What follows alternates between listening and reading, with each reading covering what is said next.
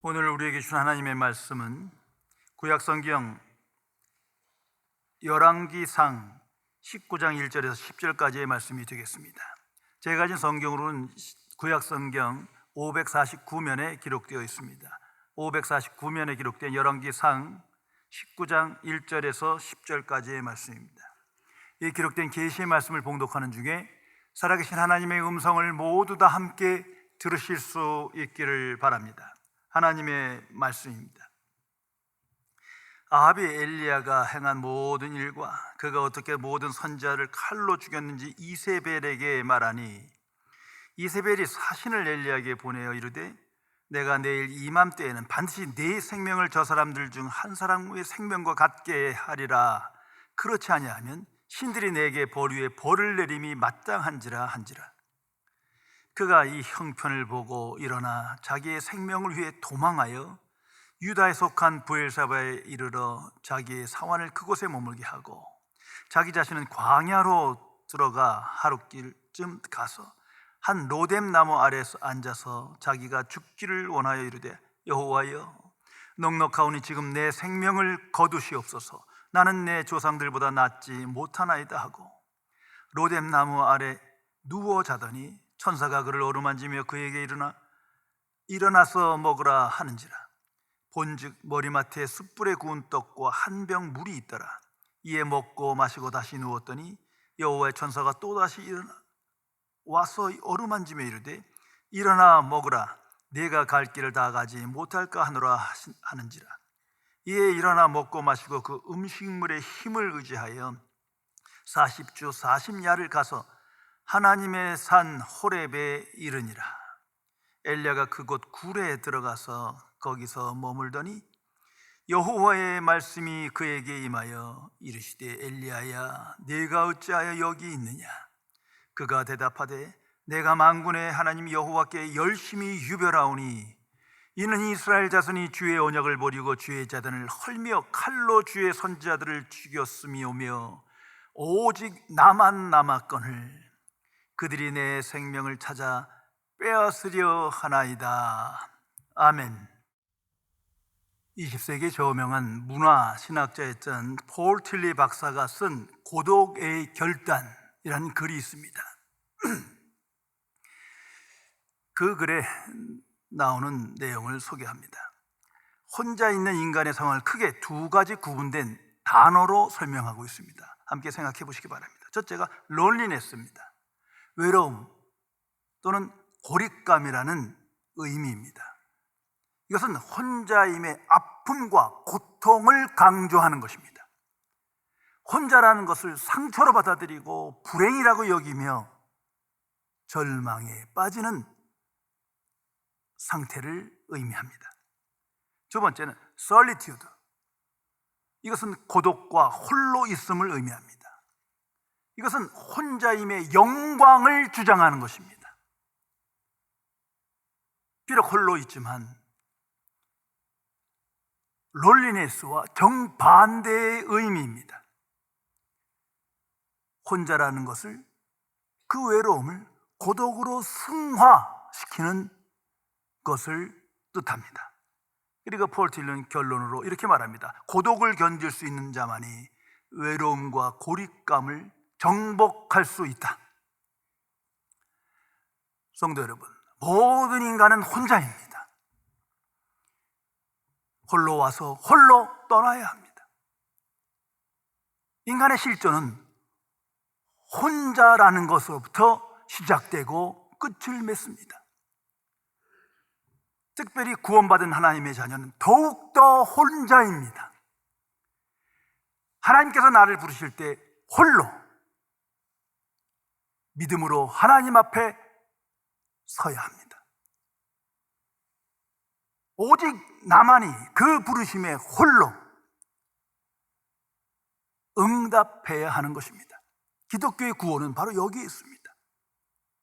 누가 대신 나를 위하여 공로를 세워 기도하고 많은 사랑의 열매를 맺어 내게 구원을 주는 것이 아닙니다.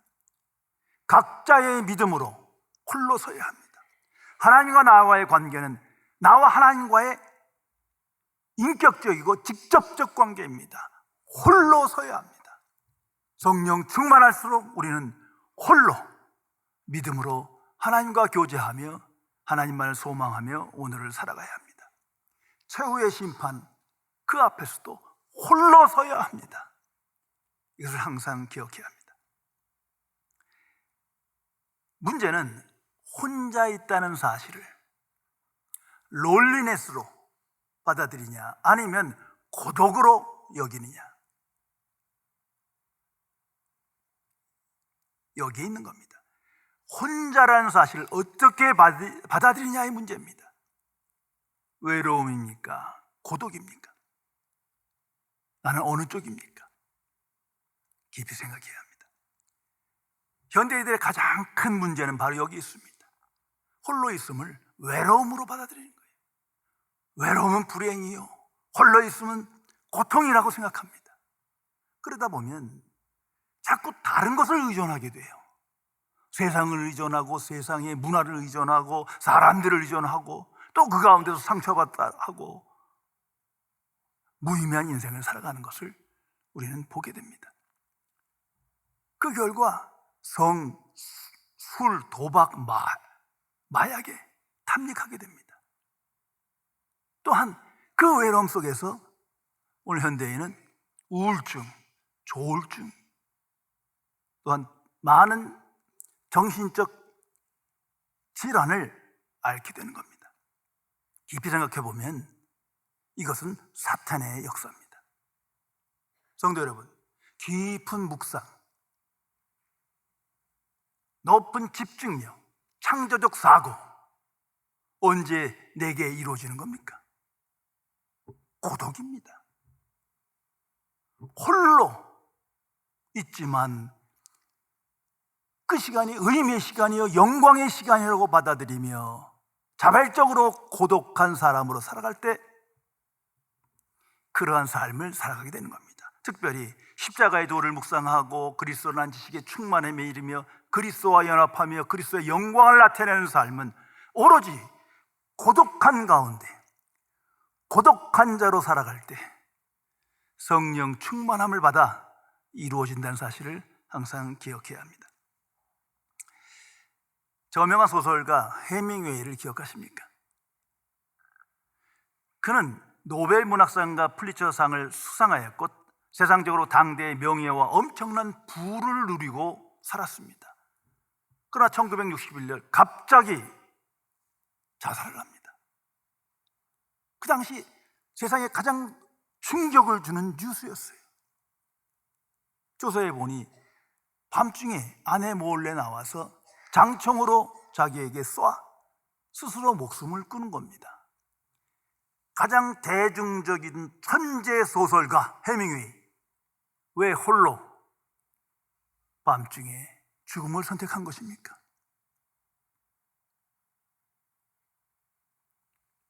고독을 상실했기 때문이에요.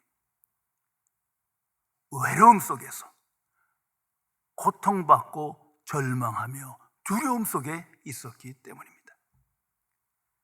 오늘 이 시대는, 현대문은 고독을 상실한 시대입니다. 깊이 생각해야 할 것입니다. 오늘 성경 말씀에 위대한 선지자 엘리야의 사건이 기록되어 있습니다. 참으로 엘리야는 위대한 선지자입니다. 신약 성경에 가장 많이 그 이름이 기록되어 있어요. 27번이나 기록됩니다. 또한 하나님의 사람 중 죽음을 보지 않고 승천한 두 인물이 있는데 에녹과 엘리야입니다. 그런 분이에요. 더욱이 엘리야 하면 능력의 사람입니다. 기도의 사람입니다. 특별히 오늘 본문 직전의 18장에 보면 구체적으로 어떤 능력을 행했는가가 나타납니다. 그가 기도함으로 3년 6개월 동안 비가 오지 않습니다. 그가 기도함으로 비가 옵니다. 더 놀라운 것은 그가 기도함으로 하늘에서 불이 내려 우상 숭배자들을 심판해버립니다. 당시 바알 선지자들 450명과 엘리야가 1대 450 영적 전투를 벌입니다. 갈멜산에서 있었던 유명한 사건입니다. 하나님께서 엘리야의 기도를 들으시고 하늘에서 불을 내려 그 바알 선지자들을 진멸해 버리십니다. 이런 인물이에요. 그런데 오늘 성경 본문에 보면 그런 하나님께 절망의 기도를 합니다. 하나님, 지금 내 생명을 거두어 주옵소서. 뭐 이따위 기도를 하고 있습니까? 하나님, 저 죽여주세요. 저 죽고 싶습니다. 지금 이 기도하는 거예요. 다른 사람도 아니고 위대한 선지자, 능력의 사람 엘리야가 이런 자살 충동에 빠져 있는 상황을 그대로 기술하고 있습니다. 왜 이런 상태에 이른 겁니까? 이 위대한 엘리야가 왜 이렇게 된 겁니까? 무지무식간에, 순식간에 그런 깊은 절망에 사로잡혔고, 그것은 홀로 있음에 대한 깊은 외로움 때문입니다. 그 속에서 스스로 불행하다 생각하며 감당 못할 세상이라고 생각하며 고통받고 절규합니다. 오늘날로 따지면 깊은 우울증에 빠진 거예요. 그래서 자살 충동을 일으킵니다.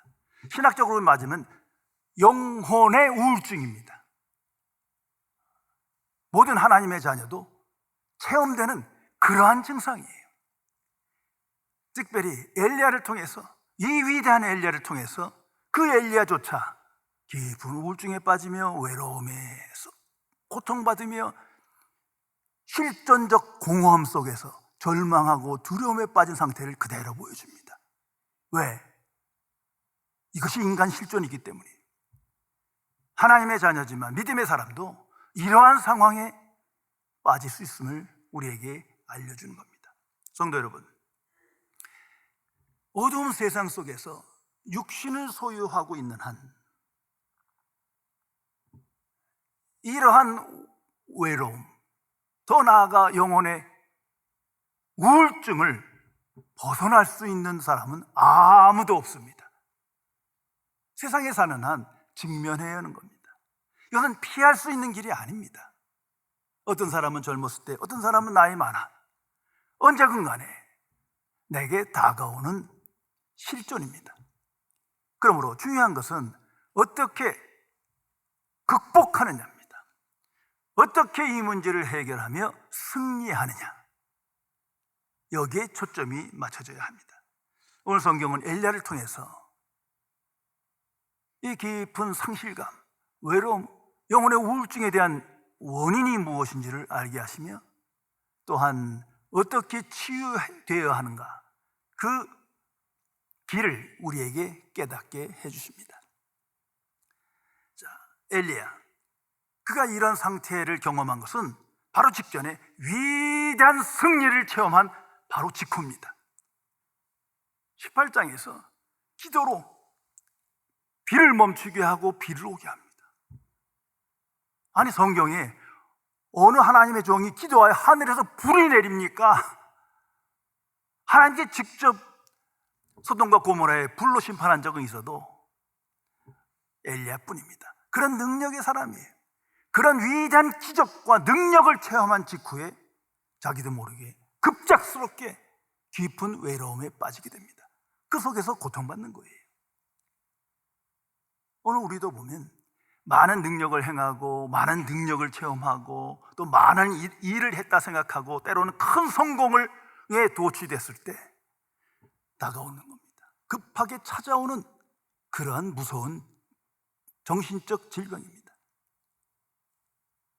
오늘날은 고령사회에 대해서 이제 많은 사람들이 은퇴를 놓고 생각합니다. 그동안 열심히 일했으니까 이제부터 편하게 쉬자. 그때 오는 거예요.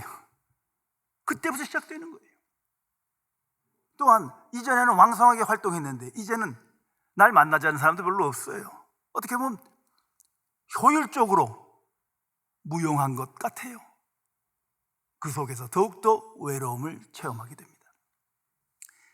또한 엘리야는 지금 세상의 일에 마음이 뺏겼어요. 내 주변에 일어나는 상황에 온갖 시선과 생각이 고정되어 버렸어요. 그럴 때 이 외로움은 급하게 나를 망가뜨립니다. 오늘 성경 본문에 보면 이세벨이라는 왕후가 나타납니다. 이 여인은 이방 여인으로 당시 바알 숭배자였어요. 우상 숭배자의 이 배우자예요. 권세 있는 그러한 여인입니다. 악한 사람이에요. 이제 하늘에서 불이 내려 바알 선지자 450명이 죽은 이야기를 듣고 그는 온 나라를 통하여 특별히 사신을 통해서 엘리야에게 말합니다. 내일 이맘때에는, 내일 이 시간대 너는 반드시 죽으리라. 네가 죽지 않으면 내가 죽으리라. 내가 벌을 받을 거다. 이러고 호언장담합니다. 이 이야기에, 이 현실에 이사벨은 온 마음을 뺏겨버렸어요. 이 세상 일에, 내 주변 일에 온통 마음과 생각이 집중되기 시작합니다. 그리고 무너지는 겁니다. 도망을 가고 죽겠다고 기도하고 이런 상태에 빠지게 됩니다. 불과 얼마 전까지만 해도 위대한 하나님의 사람이요 능력의 사람이었는데 이 시간만큼은 그건 과거고 현재 내게 직면한 위기에 사로잡힙니다. 세상에 붙들립니다. 성도 여러분, 이것이 사탄의 무서운 유혹입니다. 그래서 인간의 힘으로는 벗어나기가 어려운 거예요. 예수님께서 우리에게 주기도문을 가르쳐 주셨습니다. 시험에 들게 하지 마옵시고 다만 악에서 구하옵소서. 이 사탄의 유혹과 함정에서 우리로 벗어나게 해주소서. 유감스럽게도 엘리야는 그 유혹에 빠졌고 내게 직면한 세상 일에 온통 시선이 집중됩니다. 더 나아가 엘리야는 지금 자아가 너무 강해졌어요. 아마도 불과 얼마 전에 하늘에서 불을 내리며 능력을 행한 심판의 그 주인공이기 때문에 더욱더 그럴 것 같습니다. 더욱이 지금은 나라의 최고 권세자가 자기를 죽이고자 합니다. 이 죽음의 위기 속에 스스로 자아가 커져 온통 나만의 삶에, 자신의 인생에 몰두하게 됩니다. 성도 여러분, 자아가 커지면 하나님은 작아지는 거예요.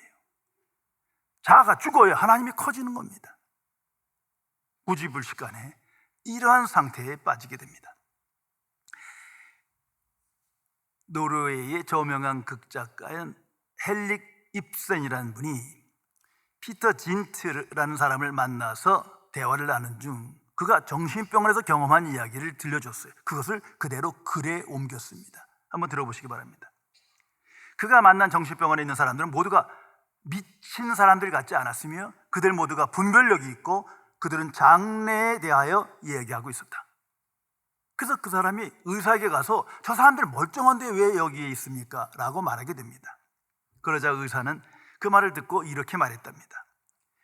그들은 정신 이상자가 맞습니다. 그들 모두 분별력을 가지고 이야기하는 것은 사실입니다. 그러나 전부 자기 이야기들 뿐입니다.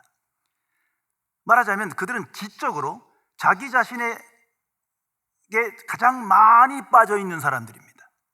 아침, 점심, 저녁 오직 자기 자신뿐입니다. 맞습니다, 선생님. 그들은 분별력을 가지고 이야기합니다. 그러나 그들은 자신에 대해 미쳐 있습니다. 자아가 커지면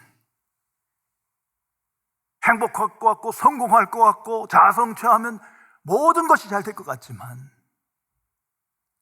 세상에 종속되며 무서운 외로움에 빠져 고통과 절망을 경험하게 됩니다. 그리고 무엇보다도 위대한 선지자 엘리야는 지금 하나님의 뜻을 망각하고 있어요. 하나님의 뜻을 분별하지 못하고 있는 거예요. 성도 여러분, 우리는 혹 어떤 중요한 문제를 놓고 기도하다가 하나님의 뜻이 무엇인가 찾는데 그런 분들과 상담해 보면요, 항상 자신의 문제를 얘기하고 있어요. 먼저 하나님의 뜻을 구하세요. 하나님의 뜻은 명료합니다. 하나님은 구원의 역사를 계획하셨고 일으키십니다. 성경 전체는 그런 이야기입니다. 창조주 하나님께서 인류를 구원하시는 구원의 이야기입니다. 다시 말해서 하나님은 우리의 생각대로 악인을 심판하고 벌을 주고 기적을 나타내고 능력을 행하고 뭐 이런 것이 도구일 수는 있으나 하나님의 뜻이 아닙니다. 하나님은 모든 인류가 회개하여 하나님께 들어와 구원받기 원하십니다. 그 구원의 역사 안에서 성경을 읽고 내가 그 속에 있음을 알고 세상을 바라봐야 합니다. 그런데 엘리야는 위대한 선지자임에도 불구하고 이 순간 외로움에 빠져서 하나님의 뜻을 분별치 못합니다. 아마도 그는 이런 생각했을 것 같아요. 저 이사벨은 우상숭배의 원인이에요. 하나님, 바알 선지 450명이나 불로 심판하셨는데 저 여자도 죽여주세요. 그렇게 기도했을지도 몰라요. 그래야 세상이 편안할 거 아닙니까? 그런데 멀쩡히 살아있고 군사를 풀어 자기를 죽이고자 합니다. 또한 수많은 바알 선지자들이 있어요. 성경에 보면 그들이 갈멜살 전투 후에 나머지 하나님의 종들을 칼로 죽여버립니다. 도륙해버립니다. 이런 악한 자들입니다. 그런데 하나님께서는 아무 일도 안 하시는 거예요. 아니, 저들을 죽여야 되는 거 아닙니까? 심판해야 하는 것이 하나님의 공의, 정의 아닙니까? 이런 생각에 집중하게 되는 거예요. 무엇보다도 엘리야는 지금 이스라엘 백성을 위하여 헌신한 하나님의 종입니다. 그래서 홀로 우상숭배자와 싸우며 무서운 권세와 대적하고 있습니다. 그리고 많은 능력을 나타냈습니다. 이쯤 되면 백성들이 회개하고 돌아오며 엘리야를 높이며 엘리야를 칭찬하며 엘리야와 함께 해야 되는 거 아닙니까? 그런데 이사벨이 엘리야를 죽인다고 선언하니까 다 도망가 버렸어요. 오히려 무관심한 것 같습니다. 여기서 엘리야는 극한 외로움에 빠지게 됩니다. 그 결과 하나님의 주권과 통치와 경륜에 대한 분별력을 잃어버립니다. 아마도 회의하고 의심하며 망각했을 것 같아요. 성도 여러분, 그래서 성경은 항상 말합니다. 복음은 항상 선합니다. 주 예수 그리스도를 바라보라. 예수 그리스도를 깊이 생각해라. 예수 그리스도가 구원의 내용이요 구원의 방식인 거예요. 십자가에 죽으셨으나 부활하신 예수 그리스도, 그 방식으로 하나님은 하나님의 경륜을 펼치십니다. 무엇보다도 십자가를 바라보라 말합니다. 십자가의 도를 묵상하라. 그것이 하나님의 구원의 역사입니다. 그 외에 방식은 인간을 깨우치기 위한 구원의 방편이지 목적도 아니고 하나님의 뜻이 아닙니다. 그런데 위대한 선지자 엘리야도 외로움에 빠지며 고통받으며 세상에 사로잡히다 보니까 살아계신 하나님의 구원의 역사를 의심하게 되는 처지에 이릅니다. 그래서 그는 참 터무니없는 기도를 합니다. 하나님, 나 죽여주세요. 제발 죽여주세요. 자살 충동을 일으키며 자살할 수는 없으니까 죽여달라 기도하게 됩니다.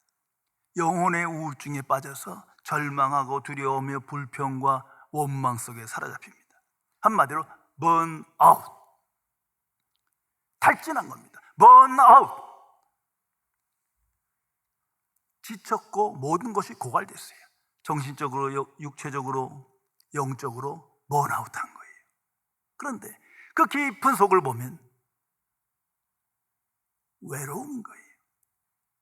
지금 홀로 있음을 고통으로 받아들이며 절규하고 있는 겁니다. 그래서 하나님께 그는 이렇게 기도합니다. 10절에 보면 오직 나만 남았습니다. 저 악한 자들이 하나님의 종을 다 죽여서 이제는 나만 남았습니다. 이게 대단한 현실 감각인 것 같지만 깊이 생각해 보세요.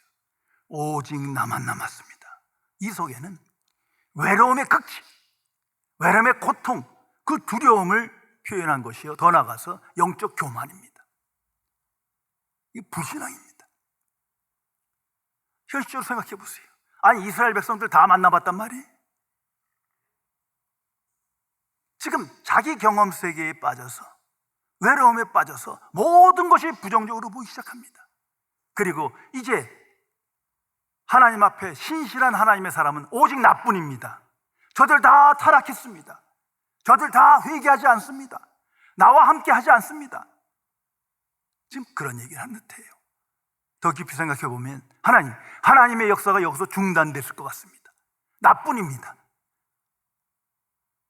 나 감당 못하겠습니다. 나 죽여주세요. 오직 나만 남았습니다. 하나님의 역사에 대한 이 부정입니다. 그래서 하나님께서 그 기도에 응답하십니다. 먼저는 이 성경을 읽어 나가노라면 몇 가지 사건을 통해서 하나님의 임재를 확증시켜 주십니다. 살아계신 하나님이 너와 함께 있음을 천사를 통해서, 또한 몇 가지 이적을 통해서 깨닫게 해주십니다. 그리고 말씀하십니다. 18절에 보면 너만 남았다고? 아니, 내가 7,000명이나 남겨놓았느니라. 내 눈에는 지금 보이지 않으나 내가 내 뜻을 이루기 위하여 내가 부르신 하나님의 종이 7,000명이나 남아있다. 무슨 말입니까? 너가 아니어도 구원의 역사는 계속된다는 거예요. 살아계신 하나님께서 하나님의 뜻대로 역사하신다는 겁니다. 이것을 깨우쳐 주십니다. 얼마나 부끄럽겠습니까? 그리고 그가 호렙산 그 굴 속에 들어가게 하시어 그 고독한 상태에서 가장 고독한 자로 섰을 때 하나님께서 만나주시고 말씀해 주십니다. 12절에 보면 세미한 소리를 들었다. 하나님의 세미한 미세한 소리를 듣게 됩니다. 이 소리를 들으려면요 조용해야 되는 거예요. 아무도 누가 간섭하면 안 되는 거예요. 그런 고요한 시간에 가장 고독한 자로 하나님 앞에 믿음으로 섰을 때 하나님의 말씀이 들려옵니다. 그 말씀으로 그는 온전히 치유됩니다. 정신적으로, 육체적으로, 영적으로 완전히 치유됩니다. 성도 여러분, 이것이 복음이요 하나님의 구원의 역사입니다. 하나님의 자녀에게 그 외로움의 고통을 고독으로 승화시켜 하나님의 말씀을 듣게 하시며 날마다 새롭게 하십니다. 이 모든 것이 하나님의 은혜로 오늘 하나님의 자녀를 향하여 나타내는 하나님의 역사입니다. 중국 선교의 아버지 허드슨 테일러의 일화를 하나 전해드리겠습니다. 이분이 중국 선교에서 그 사모님과 열심히 사역을 했는데 어느 날 갑자기 그 사모님이 죽음을 맞이합니다. 그래서 부인을 이룬 후 깊은 슬픔에 빠집니다. 그러나 그는 슬픔과 외로움을 이겨내고 하나님의 섭리를 신뢰하면서 사역에 다시 열심을 내게 됐어요. 그리고 자신의 어머니에게 그 과정을, 자신의 깊은 속마음을 편지를 썼어요. 한번 들어보시기 바랍니다.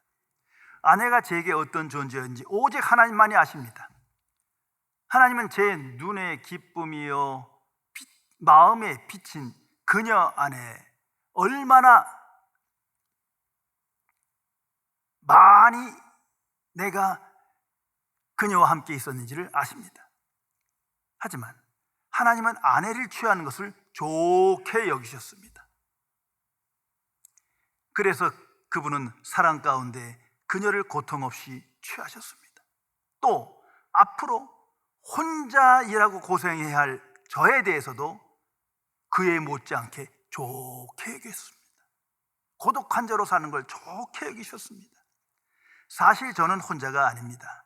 하나님은 어느 때보다 제 곁에 항상 함께 가까이 계십니다. 저는 지금 하나님의 임재를 느낍니다. 나는 깊은 고독에서 하나님과 더욱 가까워졌습니다. 성도 여러분, 하나님의 자녀에게 주신 위대한 선물 성령께서 이렇게 역사하십니다. 모든 인간 실존의 그 무서운 외로움, 그 고통, 절망, 낙심, 그것을 고독으로 승화시키도록 우리를 도우시고 인도하십니다. 성도 여러분, 영적인 삶이란 바로 이런 거예요. 뭐 함께 몰려서 뭐를 하고 뭐 어디 산기도 이런 거 아니에요. 고독한 자로 오직 믿음으로 하나님 앞에 홀로 당당히 서서 하나님 중심의 삶을 살며 하나님의 영광을 나타내는 인생을 살아가는 겁니다. 성령께서 우리의 외로움을 고독으로 승화시켜 믿음으로 승리의 삶을 살도록 인도하십니다.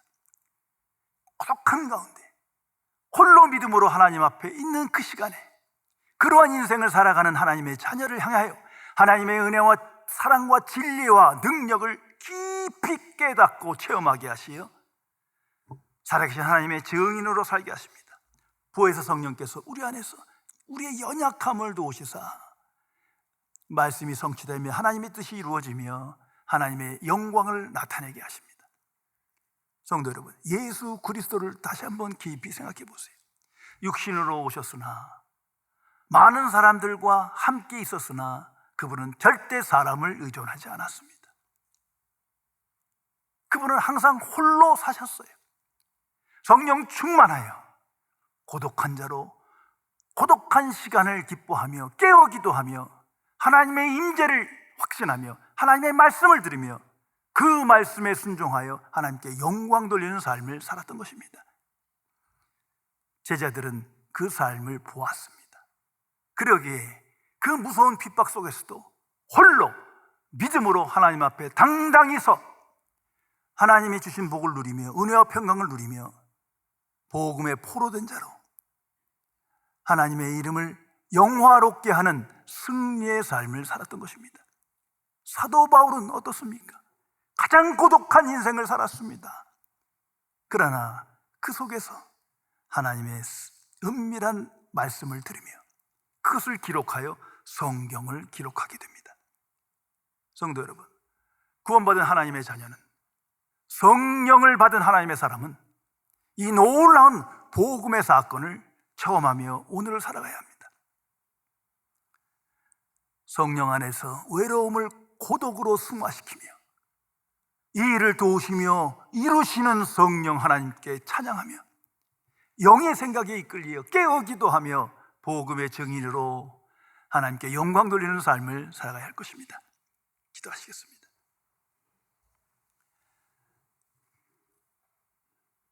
창조주시며 거룩하신 하나님 아버지, 어두운 세상에 육신에 붙들려 살아가 수많은 사건을 통하여 극심한 외로움을 느끼며 그 속에서 고통과 불행을 체험하며 좌절하고 절망하는 나약한 죄인을 불쌍히 여겨 주옵소서. 오직 하나님의 은혜로 말미암아 믿음으로 하나님의 자녀된 우리는 그럼에도 불구하고 외로움을 고독으로 승화하며 하나님 앞에 홀로 있는 시간을 기뻐하며 어지러운 세상 속에 믿음으로 홀로 굳게 서 믿음의 생각에 이끌려 믿음의 인생으로 승리케 하심을 진심으로 감사드립니다. 언제 어디서나 함께 하시며 말씀하신 하나님을 체험하며 복음의 증인으로 복음의 영광을 사모하며 하나님의 은혜와 사랑을 체험하며 이 땅에서 형통한 고독한 자의 승리를 나타낼 수 있도록 지켜 주옵소서. 주 예수 그리스도의 이름으로 간절히 기도드리옵나이다. 아멘.